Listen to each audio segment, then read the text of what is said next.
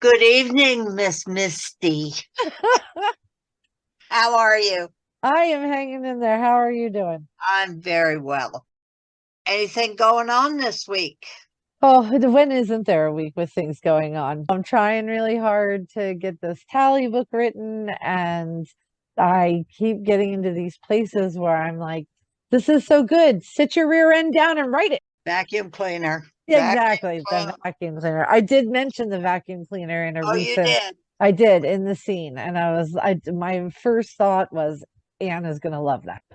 Well, Well, before we forget, let's wish everybody a happy Women's History Month. Yes, yes. it is a good month. I am so proud of the women in my life and the women that I look to, and looking forward to what we can accomplish in the future.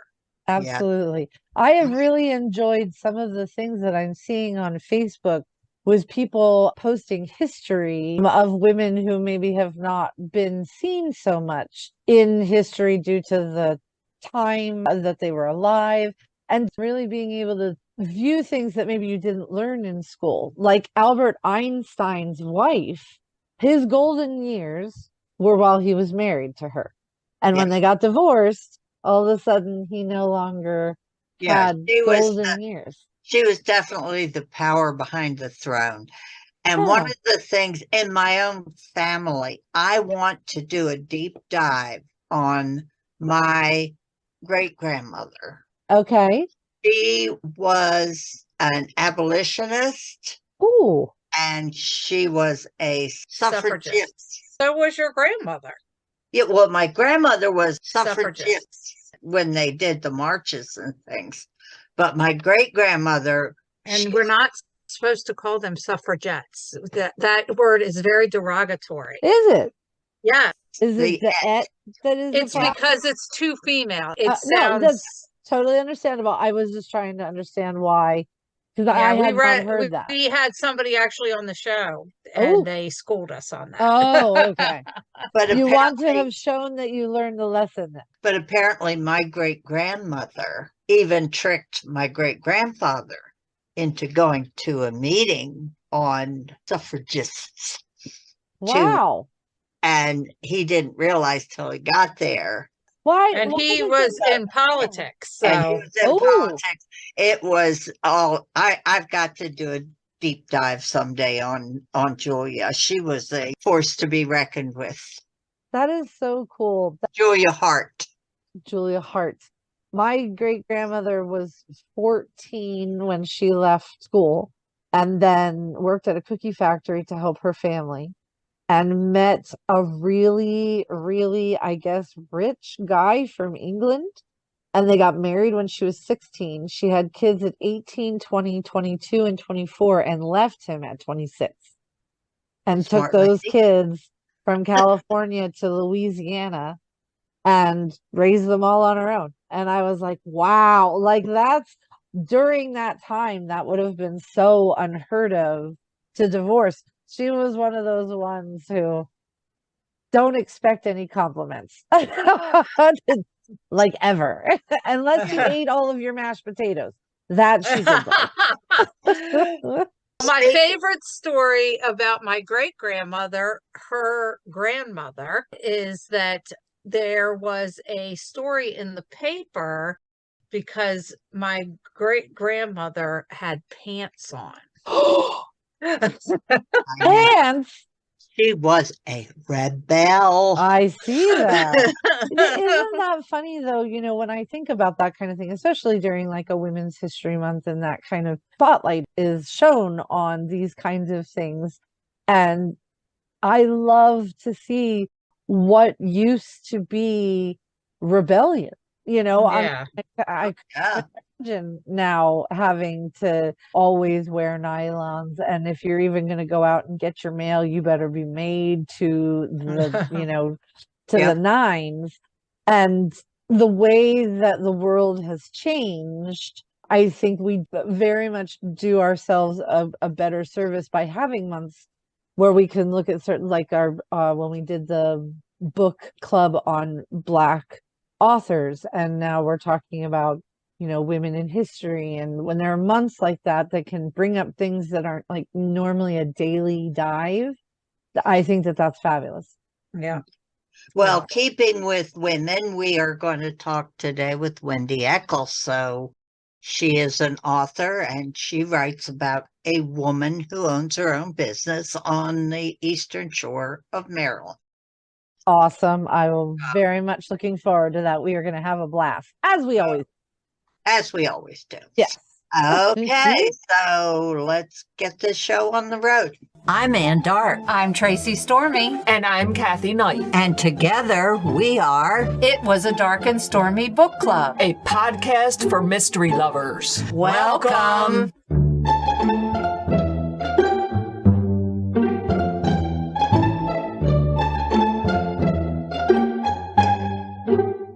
If you enjoy our show, please consider contributing to the Dark and Stormy Patreon. By becoming a patron, you will help us create better and quality content. There are also benefits to becoming a patron, such as exclusive content and Dark and Stormy merchandise. Become a supporter at patreon.com/darkandstormybc. Check our website for the link. We appreciate any and all contributions. Thank you. We are pleased to welcome to the program Wendy Eckel. She has a lovely book out called Mystery at Windswept Farm. Welcome, Wendy. Thank you. Thank you for having me. I have not read your book, but I did see it, and I think your cover is absolutely beautiful. So can you tell us a little bit about the book, like your genre and kind of like the elevator Absolutely. pitch? Yes. Yes. Yeah, this is the third in the series. I'm writing the fourth. I have a book deal for the fifth as well. It's called the Rosalie Hart Cozy Mystery Series, a cooking theme book. And it starts out when Rosalie, she's in her mid-40s, and she sends her only daughter off to college, and her husband announces he's had an affair. They're living in Chevy Chase. And she had an Aunt Charlotte who she loved, who had an old historic farm on the Eastern Shore. And so she gets out of Dodge and goes there and tries to reinvent her life. The first in the series, she's just moved there. She's finally gotten a coffee machine, and she looks out, she goes to have her first coffee. There's a dead body in her marsh grasses. And so she feels a kinship with this young woman and wants to find out what happened to her. In the meantime, she starts baking bread, which helps her rekindle her life. And then in the second, she opens a cafe. And now in the third, her farm is thriving, but the farmer next door is getting ready to crop dust his winter wheat. So their farmhand goes over to ask him to not do that, and she finds him dead in his doorway. Oh. The fun thing about Cozy Mysteries is you have to stay within the guidelines, but you also get to be self-indulgent, because I love cooking and I love that kind of thing, so I can bring it in. And so in this one, she gets to study with an Italian chef in her cafe for 5 days. So that's the other plot, and I had so much fun with that. I liked Marco. Giovanelli. Yes.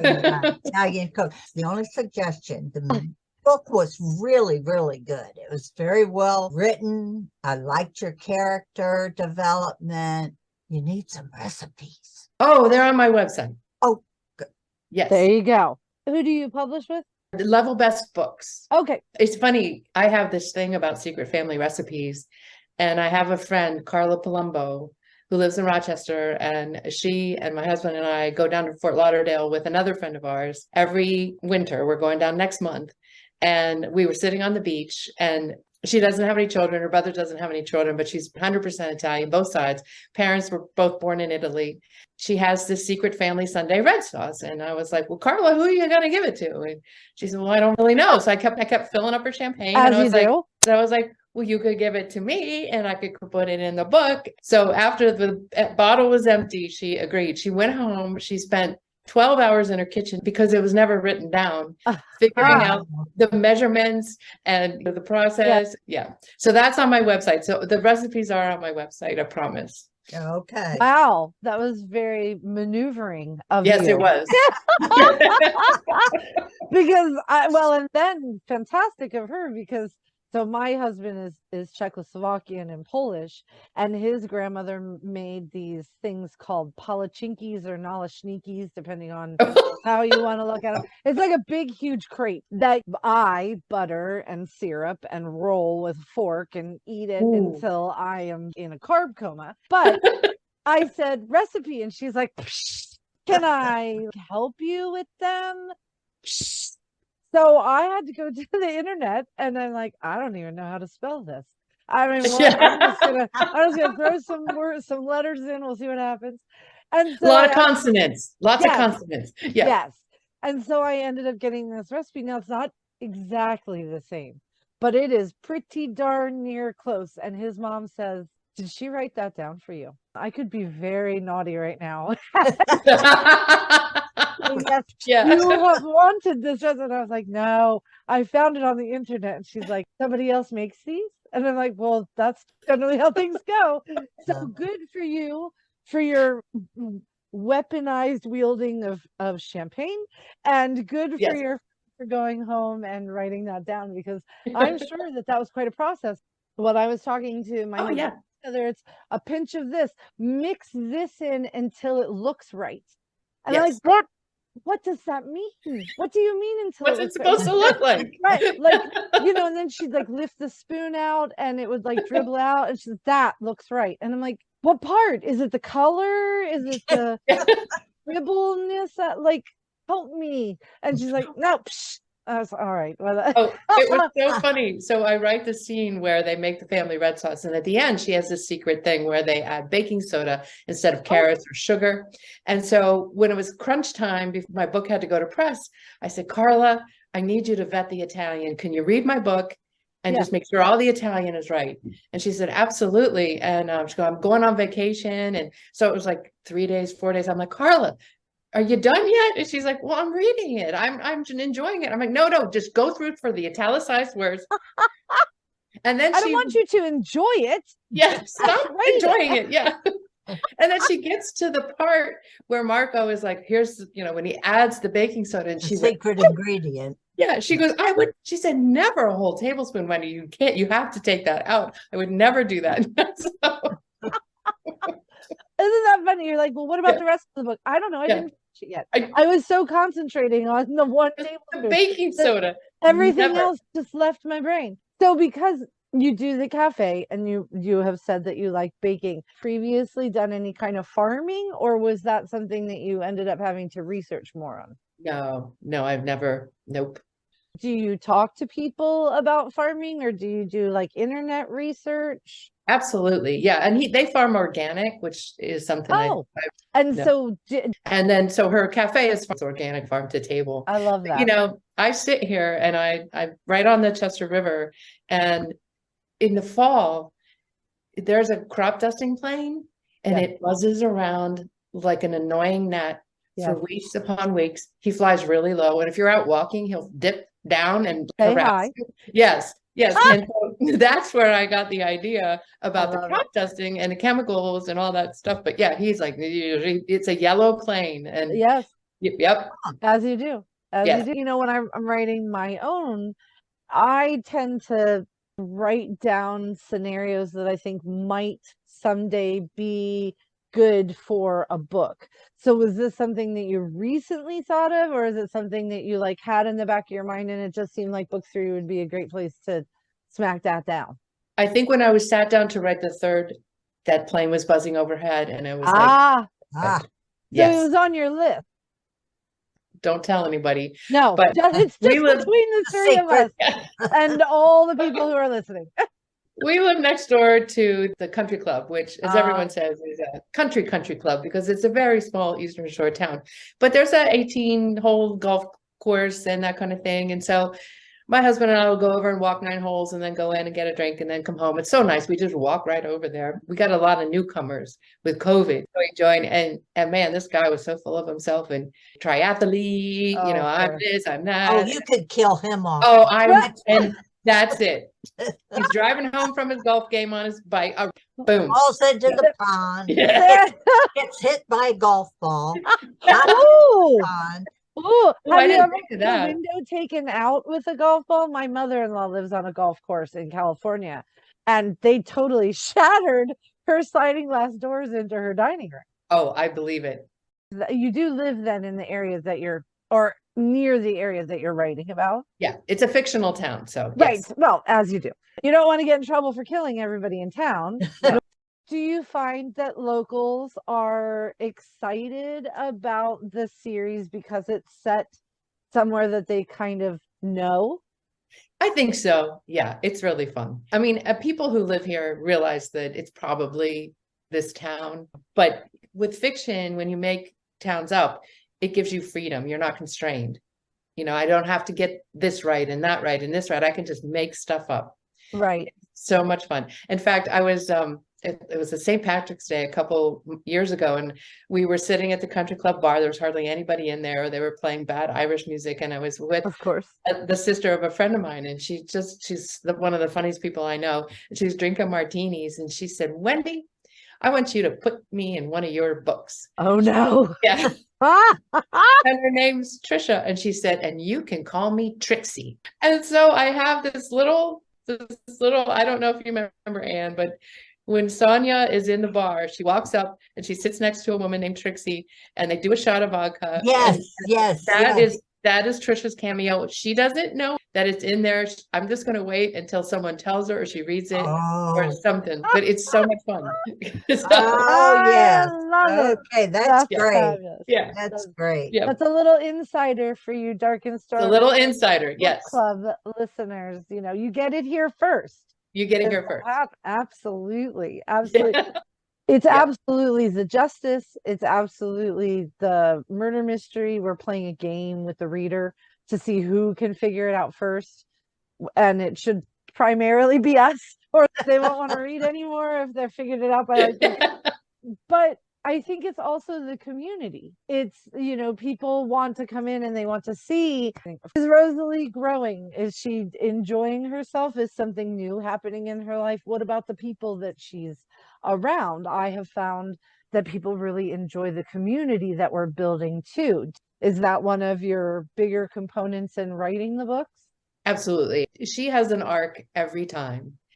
I like to find a character in each book. Like in this one, her friend Janice is having a crisis, and she has a side storyline, an arc. That and I was love great. Janice, you know. That was really great. I was so tickled good. with that. Yeah. I always give an arc. And so this time Glenn has an arc. He is her sidekick. He's Yes. about 72, 73 years old, and he's I love it. retired. He lost his wife. He moved to Cardigan to try and find his way. My first two books were originally published by Macmillan Minotaur. I had a 2-book deal, and then I was orphaned by my editor. She went on maternity leave, and I was just, so I had to find a home. I didn't want to give up, and so I got the rights back, and then I found Level Best. So they reissued the first 2 in paperback.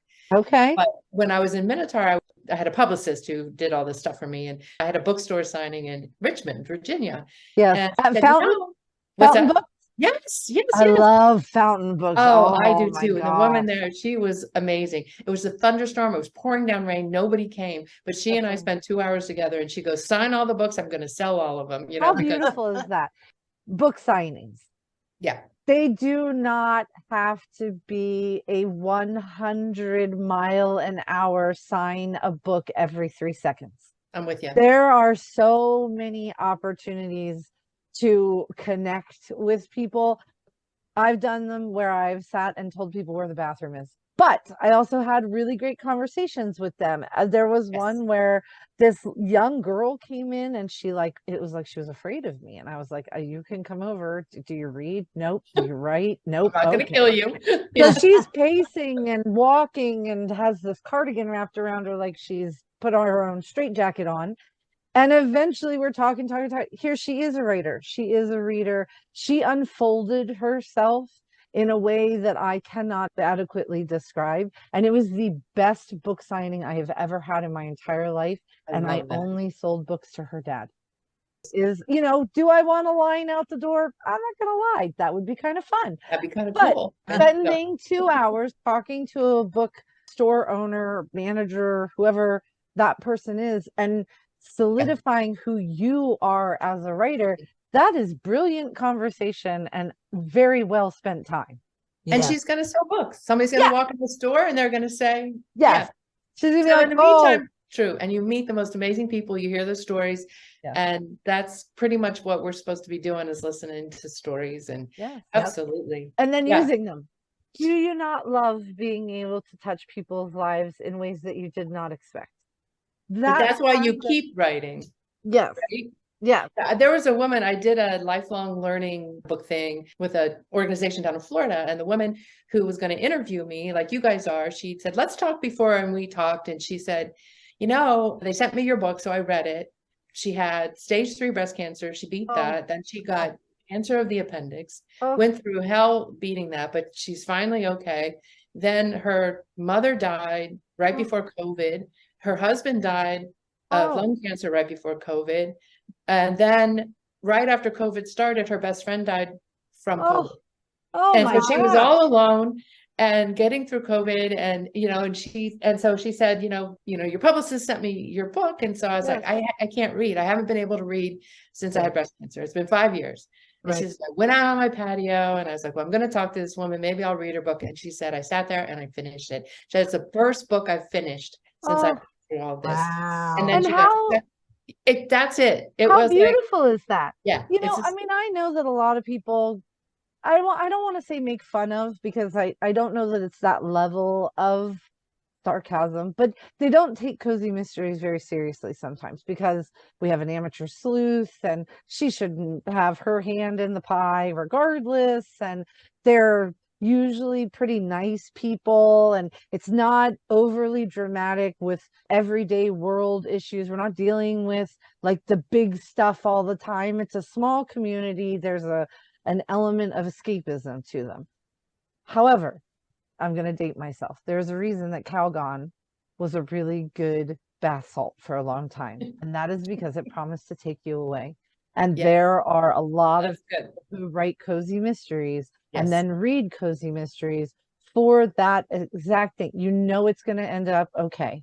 You know that the person who is narrating the book, either first or third person usually, is going to be okay. They're going to go through stuff, but it's going to work out for them personally, as well as with the crime, and there will be a happy ending of some sort. At the satisfying ending. I like satisfying. Okay. Satisfying. See, I started out in the romance world, so I always think happily ever after. So yes, satisfying ending, and you give that to them. So I always say, we aren't going to take you somewhere you don't want to go. Exactly. And there's a safety in that. Yes. And I think that's why when they pick up the book and they start reading it, it's like, I can finish this because I trust this author to not take me somewhere I don't want to go. Wendy is part of my tribe. I just decided Wendy and I were a part of a tribe now. It's very true, because there is a certain expectation. Some people call it a formula. I think that's crap. It is an expectation of what you're going to get. And then even if it's a new to you author, being able to read through, knowing that at the end, it's all going to work out in a satisfying way. Satisfying. Yeah. And I don't feel confined by this genre at all. I feel like it lets me do whatever I want to do. You know, I mean, I can bring a chef in from Tuscany and have a blast. You know, it's like, it's a vehicle to write what I want to write. And we still can write really, really well in this genre. We don't have to be bad writers. Like, I feel like I can write my heart out with these books and just have a blast with it and not feel confined by it at all. In fact, it's a vehicle to just be able to write. Yep. I don't know about you ladies, but when I read a book like this, my brain picks somebody that I think it looks like. I picture Rosalie like a Giada de Lauretis. Oh, nice. And I picture Glenn as Sam Elliott. Oh, I love that. Whoa. I love it. Well, and there really are so many opportunities to tell so many different kinds of stories. You don't need perfect people. In fact, I prefer flawed ones.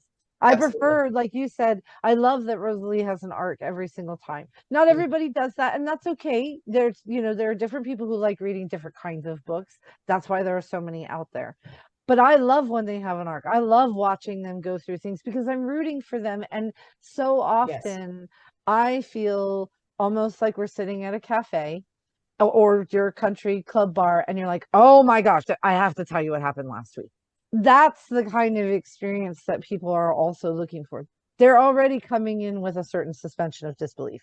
How many times are you finding a dead body and going, ooh, I got this one.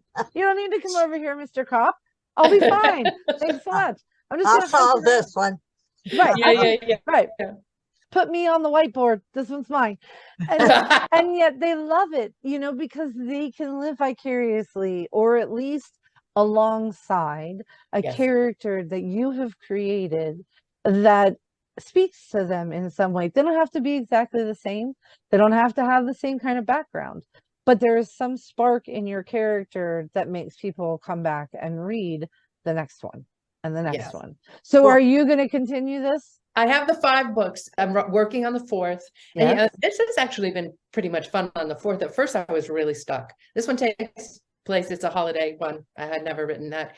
And I had a really hard time getting started. And then when I introduce a character that's been in all the series, you know, you don't want to give anything away for the first 3 books. And I don't want to do the boilerplate. Janice is my friend from childhood. We live, you know, blah, blah, blah. I've been doing the little backstory, like how they met. It's like 5 paragraphs, but I have so much fun with it because I always say how when they met as children, they love that storybook. And so Janice calls Rosalie Rose Red and she calls Janice Snow White. You have that in there, but this time I wrote the story about how they met. Janice is this kind of scruffy, sarcastic character. It's like a page, but Janice is in the woods. Rosalie and her brother Oliver. I want a brother like him. Oh, did you? Oh, do you? Yes. Yeah. He's rich, single. Yeah. Oh, I mean, I would take a brother like that myself if we're putting in an order. Yeah. That's put it in order. So they used to go and stay at their Aunt Charlotte's farm, which is the house she ends up inheriting every summer for 6 weeks. And so she's sitting on a swing because Oliver had just tossed her doll with like a football and she's picking the leaves out of Edith's hair. And she looks up and there's Janice. And Janice is like, who are you? And she's like, well, I'm Rosalie Charlotte Finnegan. Who are you? And she's like, you look too little to play with me. And she says, well, I'm almost 6. And she goes, when? And she goes, soon enough, you know. And so like, and then Oliver walks out. And he's like, I'm sorry I threw Edith. I'm really sorry. And she goes, you know, look over there. And he sees Janice. And she's like wide-eyed because he's so cute. And then Janice just kind of rolls her shoulders back and struts out into the middle of the lawn. And she said, I'm Snow White. And this is my new best friend, Rose Red. And then she says, and you can be Prince Charming whenever we need you to be. Oh, that's adorable. Do you come up with that at the beginning of the series, or does that just kind of grow organically out of writing the 3 books and now you're in the 4th? Yeah, this just popped into my head when I was writing. And I've been doing that with a couple other characters, just a little backstory. So the reader's not bored reading the boilerplate, and it gives the characters even another layer of depth. So it's been interesting. I'm having fun with it. It doesn't slow the story down. It's just like a little thing. Right. Yeah. Do you think you'll go beyond 5 if Level Best is interested, or are you? I could keep going. What I want to do, and I spoke to my editor about this, and you were talking about the recipe, the pierogies or whatever they are. Yeah. The palachinkis. The palachinkis. Yeah. So I love secret family recipes. And in my newsletter, I always try and cajole one out of one of my friends or somebody I met. Like this time there's a bartender in town. She's adorable. And she makes these sabagliatos. And I took a picture of her and she gave me her recipe, which is like it's a Negroni sabagliato. But the story is a bartender was making a Negroni. He got distracted by an attractive patron. Instead of putting gin in the Negroni, he put Prosecco. Sabagliato means mistake in Italian. It's like this new drink. And so I got Tia, let me take her picture. She made a drink. I asked my editor if I could do a companion cookbook with secret family recipes, a companion cookbook to the mystery series. And she said, yes. So how fun is that? Yeah. I'm going to be very careful around you though, because I feel like, you know, you've got this aura if we were next to each other where I would start telling you secrets. I don't know how I feel about that, Wendy. With a Sabagliato in hand, you would tell me anything. Right? Or champagne. So do you find that people like to talk to you? I sometimes I think I have a sign on my forehead that says, please tell me your story. Yes. Yes. Yeah, Absolutely. that's okay. Especially in book signings. Sometimes I'm like, okay, got your story. One of the things too about like book signings, especially if it's somebody who's already read you and they're coming back, a lot of times they feel like they know you because they've read your books, which to some extent they do. I mean, I put myself in my books, but each character is a part of me somewhere. None of them are fully me. I have not done all of the things that they have done, but there's a piece of me, and each readers will feel like they know you. They've spent a lot of time with you in their reading time. They've used, whatever book budget they have to purchase your book. So there's a connection there that's not a bad thing to honor when they come over and want your next book. Yeah. And just like you said, when you receive that email and when I had that from Julie, when they tell me that stuff, it's like, I don't need to be a bestseller. I get those stories and it's like, this is why I do this. What I always say is I want to write a book where someone will dog ear a page. That's what I always want. When I did the interview after I met Julie and she told me that, and we were doing the class and she said, on page 13, you wrote, and I was like, yes, crowning achievement. Yeah. She dog-eared a page. I was like, oh my gosh, that's always awesome. Been my dream, she quoted me back and it was like, wow. The other thing that Cozy Mystery, I think, usually provides is a sense of humor. Because it's not that we don't ever deal with the yucky stuff. It's just that we deal with the yucky stuff in a more lighthearted way, in a more hopeful way, I guess, without sinking into the depths of despair on certain things. Every kind of book needs its place on the shelf. I'm not discounting thrillers and that kind of thing, but you are more than welcome to put social issues into book, but the way that they're dealt with tends to be a little easier hand. Absolutely. I always have fun with the reveal, but I like to make it a little scary. Sometimes I scare myself, that scene, but this was the one I scared myself. Yeah. Oh, thank you. I had so much fun writing her. Her story was compelling when you found out why she was there. And, that's awesome. The whole book was very enjoyable. I really enjoyed it. Yay. Well, Wendy, we thank you for taking time to talk with us. We really enjoyed your book. Now, since you're local, are you going to be at Malice? Yes. Oh, we'll meet you there. Yay, that would be awesome. I will also be there. All four of us will be there. Yeah. Oh my gosh, we have to have lunch. Yes. That would be a blast. Let's do it. We will plan that. We'll look forward to meeting you. Thanks again for this lovely book. Need some recipes in there because my mouth was watering while I was reading all these things they were making in this cooking class. To go to the website. I know I do. And that is it wendysandeckel.com? wendysandeckelauthor.com. Oh, author.com. Yes, okay, great. Well, Wendy, thanks again, and we'll look forward to meeting you at Malice. Oh, thank you for having me. What a great idea this book club is. Oh my goodness. Oh, thank you. Thank you. This episode ran a little long, so I'm going to forego the trivia this week. We thank Wendy. We hope you enjoyed the episode, and you will tune in next week for another. And remember, life would be boring without a little mystery. Bye.